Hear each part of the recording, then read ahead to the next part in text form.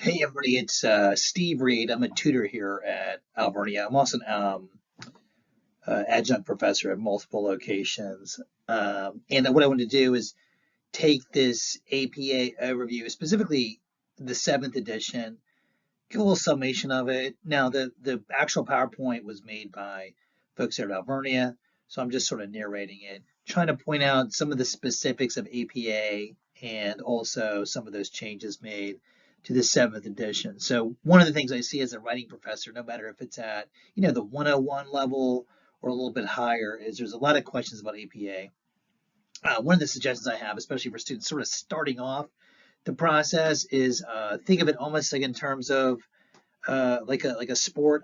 I've coached baseball for a couple years when my kids were little, and there's an overwhelming amount of baseball rules in place. But if you're just getting your sort of sea legs with the APA style, I would recommend think of it like a sport.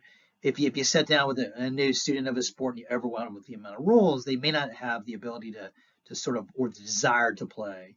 Whereas if you can get some of the basics behind you and just know that a lot of times situations in a sport are going to cause you to have, like a little bit of context for the rule application. I think that's a good way of approaching it. So APA, although it can be, pretty daunting when you sit down with it, if you can get some of the basics down, then some of the more complex examples you can find, you can turn to different types of references. As a tutor, that's one of the things that I think I deal with a lot is APA type of questions. So this specifically looking at the seventh edition. Now, APA stands for American Psychological Association. As an English professor, we have a tendency to use a lot of MLA, which stands for Modern Language Association. Now, APA, MLA, APA's application is going to be more in the social sciences. You're probably going to encounter way more APA type of paper requirements in the college setting. But the idea is basically the same, although they are very different. But the APA is basically the governing body of the paper, not only in terms of the formatting of the paper, the way you do your parenthetical, your in-text citations, but a lot of general rules for it. So what I want to do here is just sort of go over some of the more basic ones related to APA.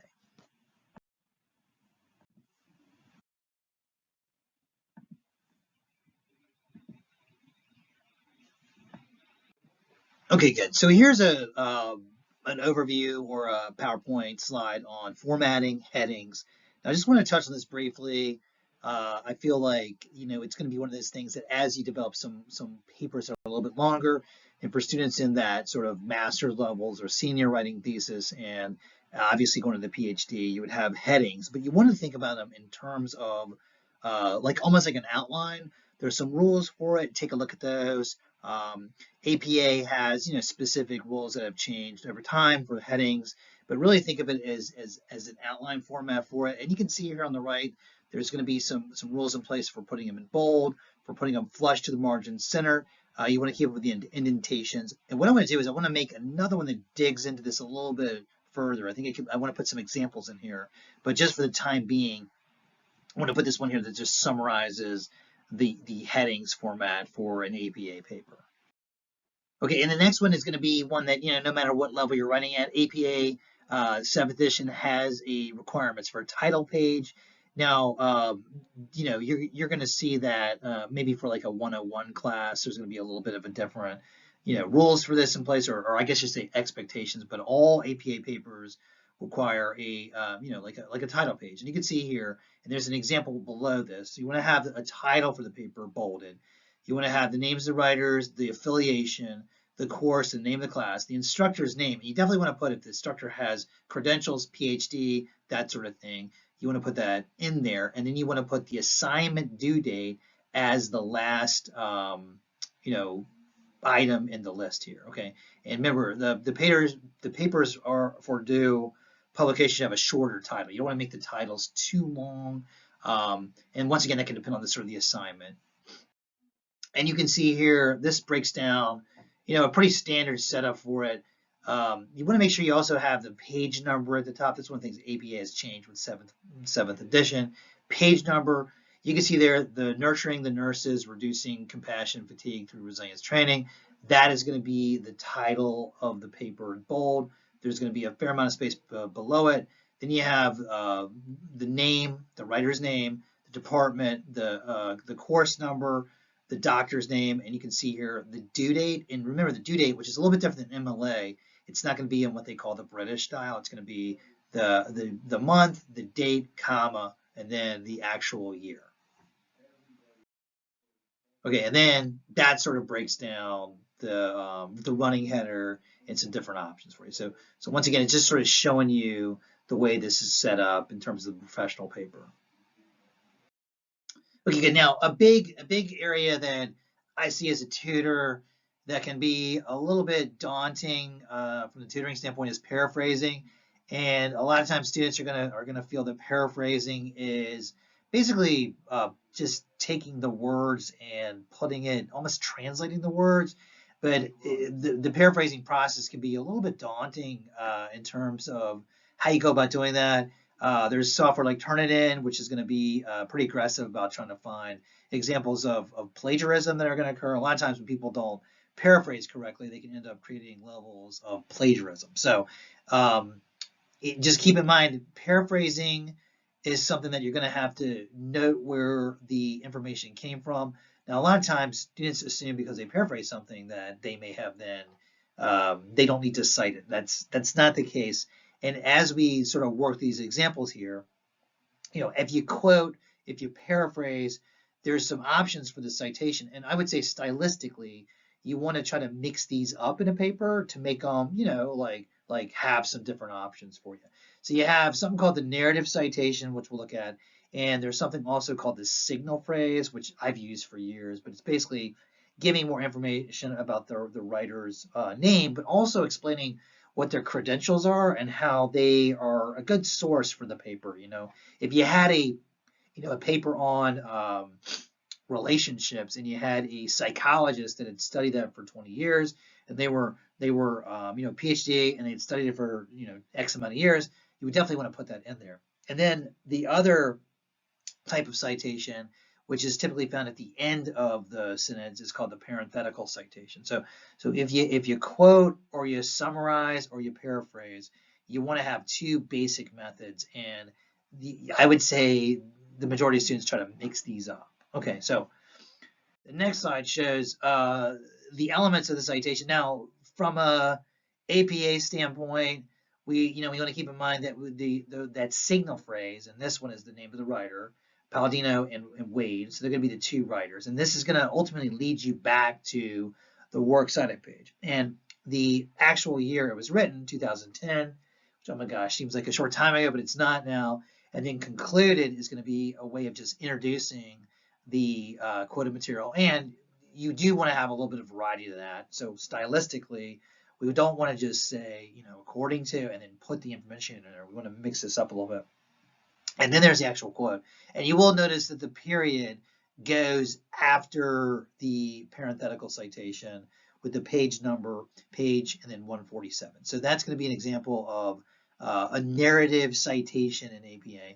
And then the next one is going to be an example of sort of the more standard citation where you have the writer's name, comma, don't want to forget the comma, the year it was written, and then the page number, period, 147, the other parentheses, and then the period there. Now, APA is going to be, one of the differences between other types of, like systems for putting in source materials in place, and make sure you have the commas in there. And as I said, we want to try to mix these up a little bit. It gives a little bit of variety to the source material. And ultimately, paraphrase, quotation, or summary, we want to make sure, we put the reference of who wrote it, and that's going to ultimately lead us back to the works cited page.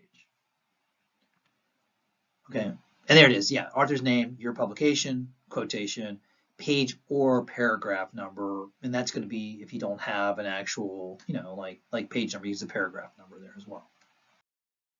Okay, now direct quotes. Okay, so in-text citation, you want to make sure you have, you follow the options for that as well. If you have a direct quote, paraphrase, putting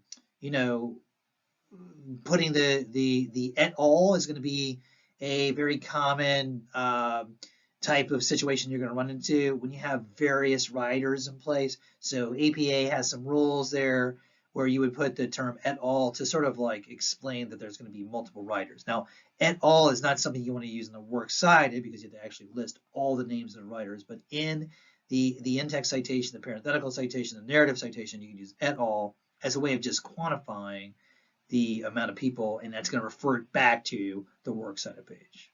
Okay, so that's going to be for a direct quote. All right, now we have the paraphrasing example, and this is a really good point here about paraphrasing. You know, as you do paraphrasing, I want to make another video on that. Or if you summarize a passage, one of the things I always emphasize, and this is maybe more a little bit for the 101 type of student, but you don't want to really judge the information in the paraphrase, because I always try to hold back on the judgment or the sort of like expansion on the source material till after you do the paraphrasing. It's one of the things that students maybe sometimes have a tendency to do a little bit earlier on in the writing process. But you basically, for the paraphrase, you want to take the information, don't just think of it as sort of translating the information. You can actually adjust around the way the information is written and maybe switch the actual structure of the sentence, as long as you capture the main idea and you watch out for biases in terms of how you take the original source. I guess I say biased words, right? You would want to watch out for certain words that maybe alter the meaning. A classic example of that, I think, is and I've used this one for years in my lectures, the term introvert. So introvert is something that, over the course of the last couple of years with COVID, it's going to be something that we see people sort of debating if that's a sort of a relevant psychological term. But when you do a paraphrase, I would usually give this on a quiz, because I would think that students, when they would write a synonym for introverts, they'd have a tendency to write maybe shy, or maybe I've even had students say reclusive. And a lot of people say that when they identify as introverted, that they actually aren't shy. They just decide not to speak. So that's a pretty good example of a word that has a little bit of a bias to it, right, in terms of the paraphrase. So we want to watch out for those. And the passive construction, remember, the passive construction is where you're going to, like active construction is for lack of for sort of just a quick overview of that, although that's a way bigger subject. But the active structure typically has the subject in the beginning of the sentence, and it's going to seem a lot more direct in terms of the way it's written, where passive construction is usually going to have the subject towards the end of the sentence, okay? And so as you do the different types of citations, you can also change those around. Now, for as a rule of thumb for a paper, a lot of times professors are going to recommend that you put your most of your words in an active voice, especially for like an essay that you're writing where you're arguing position. So just sort of be aware of that. It does create sort of a tonal quality that's different between the active and passive voice. But really, the idea is you want to make sure that you reference the writers who wrote the actual piece, and you want to make sure that you put where the source, what time the source was written, and try to keep it the same basic idea from the original text into yours. Okay, now citing two writers. Okay, you can see that here. I think my face is blocking that. Okay, but you can, you can set that up in a very similar way using the and there in the middle as an option for it. But if you do the narrative, in text citation, you do the narrative where you reference the two authors, you want to write the word and out, and then you're going to have obviously the date of the date it was written, the year it was written there, 2006. But if you put it into the actual in-text citation, you can use the ampersand there, right, between the two writers' name. Okay, so that's one of the things that is a little bit different. And I will say this, like as a tutor, as a writer, as a professor, as an adjunct for multiple years, I feel like I learned something about APA, MLA all the time that I didn't know. And I would say it's a growing process. It's one of those things that it's very contextual.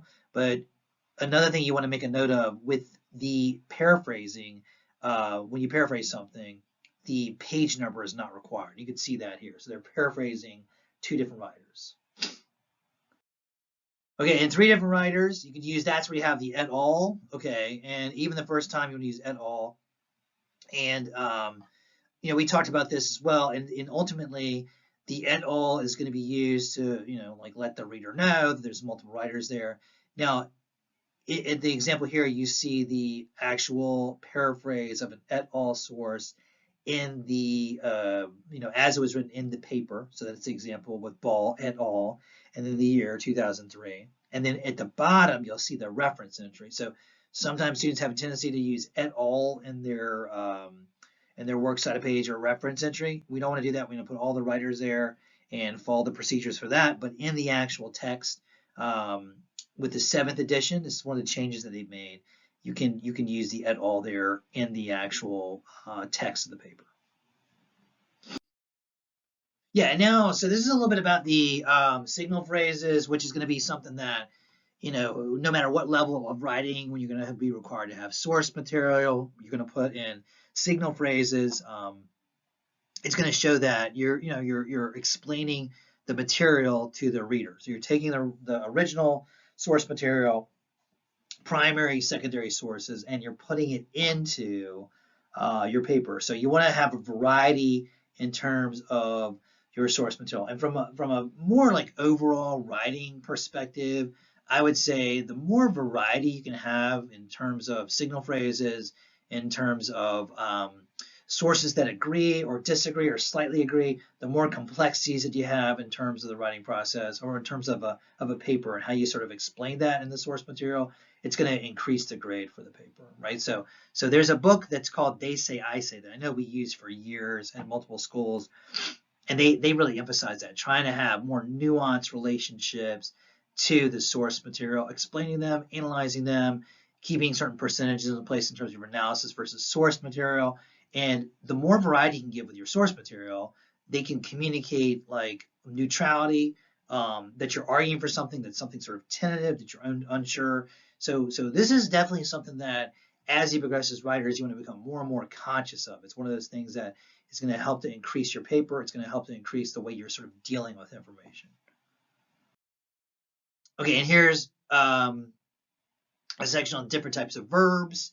And really, I would say this as a writer, and I've got a few students that I've worked with on multiple occasions with writing, and these stronger verbs you can use, or I should say this, the more complex verbs you can use in a paper, usually the more successful it is. Now, if we go back to sort of the idea, the history of English and using Latin-based verbs, some of those ones that are going to sound a little bit more legal sounding. And if you think about it, if you ever written a resume or a cover letter, some of those words are going to use for emphasis, going to be strong verbs.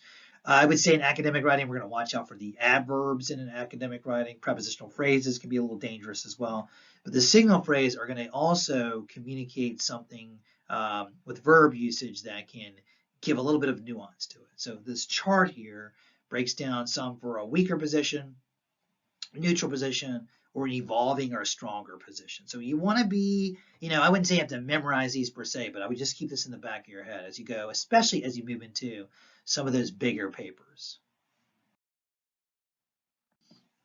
All right, good. So here's another section on the signal phrases with the writer's attitude. Shows a relationship if you have the strong agreement, the uncertainty or disagreement. You can think about this also as related to transitions into the analysis portion, the in contrast, something you can use there, or maybe just to clarify information, you can have a study and you can maybe talk about how it's got something totally correct or partially incorrect, or how it disagrees with your thesis idea. So once again, the signal phrase, introducing the source material, being aware of the parenthetical in-text citation, the signal phrase, making sure we do all the elements of the APA, plus a more nuanced approach to how you relate the source material really is sort of the things you want to have in the back of your head as you progress in any type of paper. And also being aware of tense in a paper is very important across the board.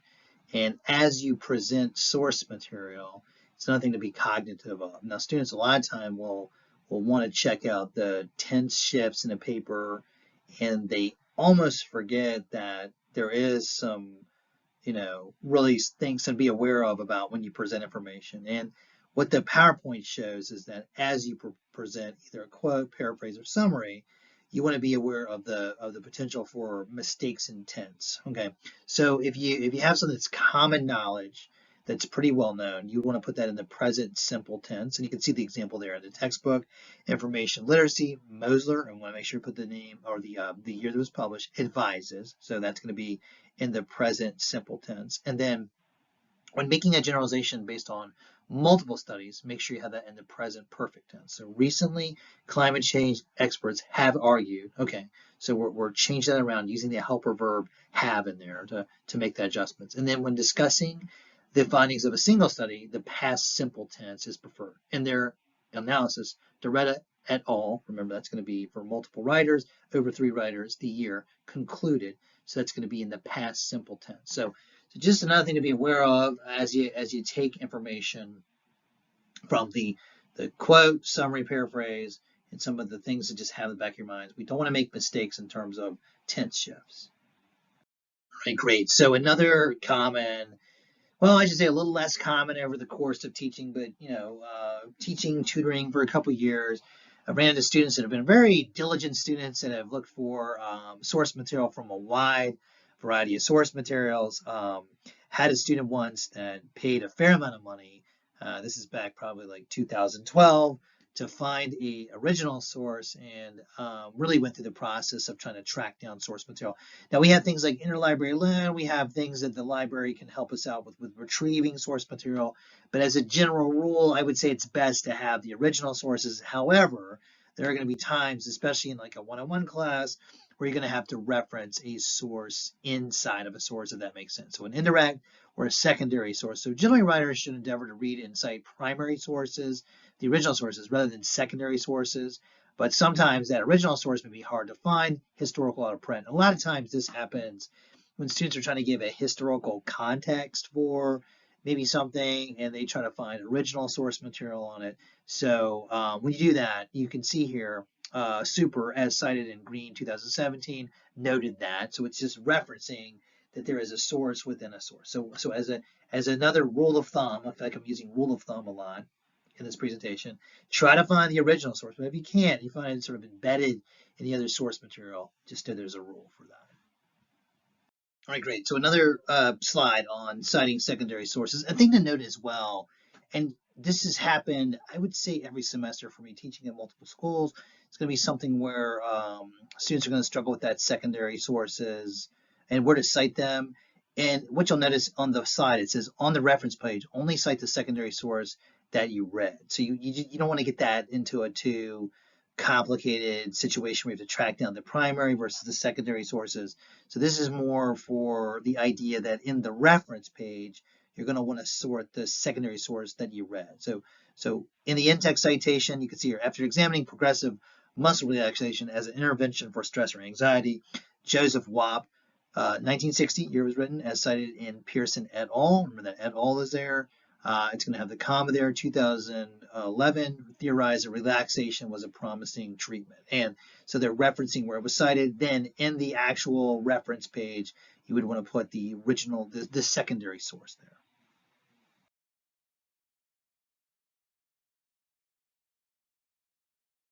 All right, great. So another situation you're going to run into a lot is when, especially with the evolution of source material, and this could happen more, I mean, for using maybe some more popular based source material, you're going to have citations with, or sources used with no writer, with an unknown writer or author. So it could be from something from like a website, or it could be something from an organization. And you can see there at the bottom, American Psychological Association, which is the basis for a lot of different articles, but they may be written by a combination of writers, but they don't reference the actual writer's name. So there's a pecking order in terms of APA, very similar to MLA, where you would take the, if you don't have the writer's name, you would take the title, and you can actually shorten that down. You put it in the parenthetical citation as well. You would put it with quotation marks. You want to keep the year that it's in there, and you want to put that into the paper. That's for an unknown writer. We don't know the writer's name. Now, obviously, do your best to try to find the writer's name. And then there's the example here at the bottom that is when it's from an organization and how you would put that in there. An American Psychological Association, and then you would put you can put APA as the shortened version for the first time you'd use it in the actual parenthetical citation there. So once again, just another sort of like situation you can run into that's pretty common. All right, great. So now that we're moving into the reference page, which a lot of times students are going to rely on the website for the sort of AI generated um, reference pages that your library is going to be on, your Google Scholar is going to be on your databases, right? So just some things to be aware of and things you want to double check, because sometimes those any good librarian will tell you double check those AI created APA references, because they're created, they can have some mistakes. But you do want to note that you have the writer's name. You're going to put this in alphabetical order as well. That's one of the things you want to keep in mind. And when you write the title, and you can see it here in that second example, it's going to have the American Psychological Association. It's going to have the year. It's going to have the periods in between those, and stress in America, the state of our union. You're going to keep those in lowercase for the title. Now, obviously, America is going to be capitalized because it's the name of a country, but per the rules of APA, they go in lowercase. And then when you get to the journal title, and you can see that in the third one there where it says General Hospital Psychiatry, you're going to want to make sure you put that all in capitalization, and just make a note that's going to also be italicized as well. Okay, so make a note of that. It's going to be something that students have a tendency to sort of rely on the generated reference page, the reference citation that's going to be made. We're talking about the works cited entry or the reference page in APA, but just double check these for some common mistakes. All right, great. So here we are with the reference example, the journal articles, which, for most writing at a higher level, you're going to be using your peer-reviewed journals. So as a rule of thumb about this, you want to have the writer's names, okay? So you can see here from the example, it's got the ampersand in between there. The year it was published, 2020, is in the parentheses with a period. Psychology of religion courses in the undergraduate curriculum, period. And we're going to make sure that those are in the lowercase except for the start of the title. And then psychology of religion and spirituality, it's going to be in the uppercase except for the prepositions and the conjunction there with the and. We're going to then have the volume, which is going to be the 12. Just remember to keep that in italics. That's one of the things that between that comma at the end of the name of the periodical and then the volume, we also want to have the issue, which whatever issue it is in terms of the series, and we want to make sure we have that in parentheses, and we don't have that italicized. Gosh, it's going to be one of those things you want to definitely double check. Then the comma and then the page number. Remember, you don't put the P there for the page number. You just put the page numbers you use. And then you want to put the DOI number, or DOI.org in there. And that's going to be one you're going to see a lot of. So, once again, something to double check for. Okay, so here we go. One of the changes to the 7th edition, and something to be aware of with the books. Okay, so very famous book by Covey. I want to say his name was Stephen. The 7 Habits of Highly Effective People, Powerful Lessons in Personal Change. I think I had to read that back when I did sales. So you can see here the difference between the two. We want to have the writer's name, and as we make the reference page, we put these in alphabetical order. The year it was published in the parentheses with a period. Then the 7 Habits of Highly Effective People. We want to make sure we keep that sort of in the lowercase for that one. And then we remove the New York, where it was published, one of the changes that they made. And then it has Simon & Schuster is going to be the publisher. So another one you're going to see here that's changed with the 7th edition is going to be a web page. Doing this for a couple years, this has been something that we really stressed. I feel like we stress this a lot as we do with reference with a website, because the website can change. But the newest version, the 7th version, it has the standard with the writer's name, the actual date it was published on, and you do want to know too for a web page that you would put the year 2019, November 14th, the date, the 14th on the 14th, 14.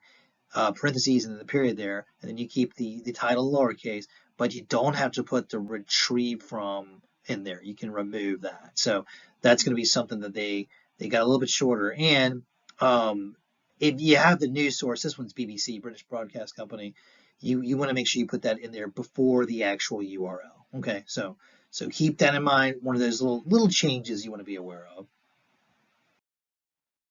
All right, great. So as we move into a section of the updated version, the seventh version of APA, some of the bias discussion of the bias language is found here.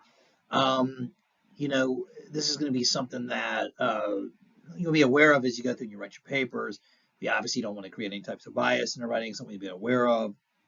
A website that really breaks it down is going to be here under the style guide. You can see it there, apastyle.apa.org. So remember, APA is going to be something that is very comprehensive in terms of the headers, in terms of the font choices, in terms of the title page, in terms of the references, in terms of the in-text citation, and in addition, very specific guidelines for watching out for biases, being aware of some of those evolutions that are occurring in society, and really reflecting that back into the overall APA process. Okay, and you can see here there's some of the things that the APA style in Chapter 5 deal with, 2020. Biases of being respectful of people for age, disabilities, gender identity.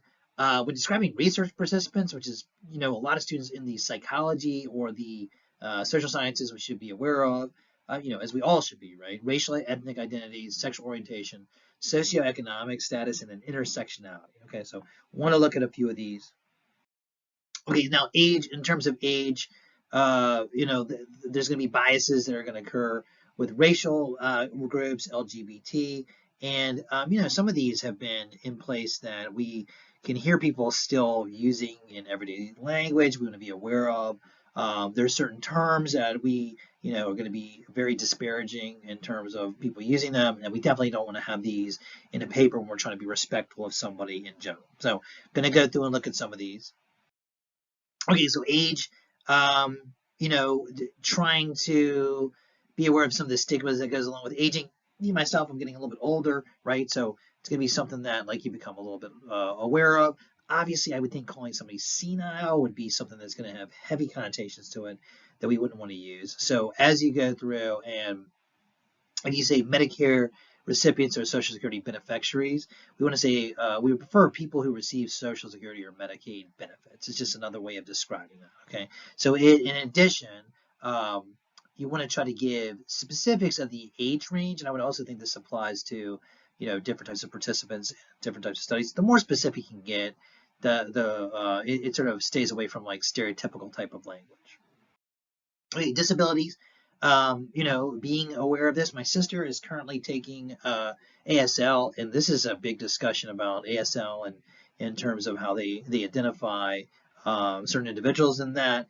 But being aware, avoiding language that puts them in a negative light or uses some antiquated euphemisms about them.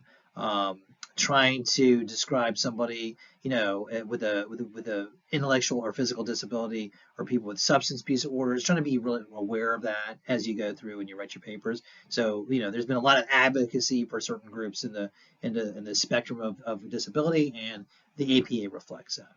And you also want to use a person first language in terms of how you develop that.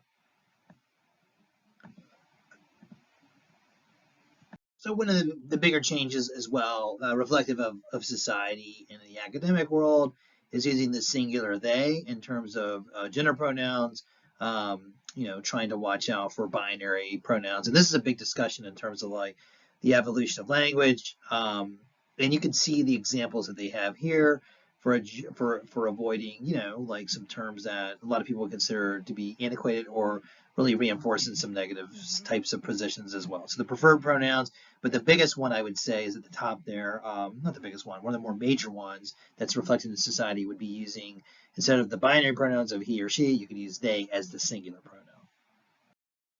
Racial identity, ethnic identity groups, you want to make sure that you capitalize these. Do not hyphenate. That's one of the things that is, I want to say, sort of newer about the APA.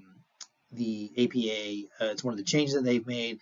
Latinx, referring to some of the bigger communities in that type of community, and also looking at non-parallel designation. So we don't want to have that as sort of a focus per the APA rules.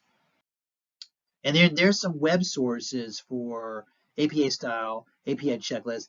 The Purdue OWL website, which has been around since back when I was in college, back back in the 90s is a really good one to use. So once again, I know this is a little bit longer, but I tried to keep it within 30 minutes. But there you go. So there's some websites you can use. Hopefully this was helpful. And there's an example one called CiteFast as a source for it. But if you use one of the citation creations, I know I've used EasyBib for multiple years. Just want to double check those because sometimes it can be a little bit clunky and they can have a ton of ads with them. So hopefully this was helpful, and it can help you.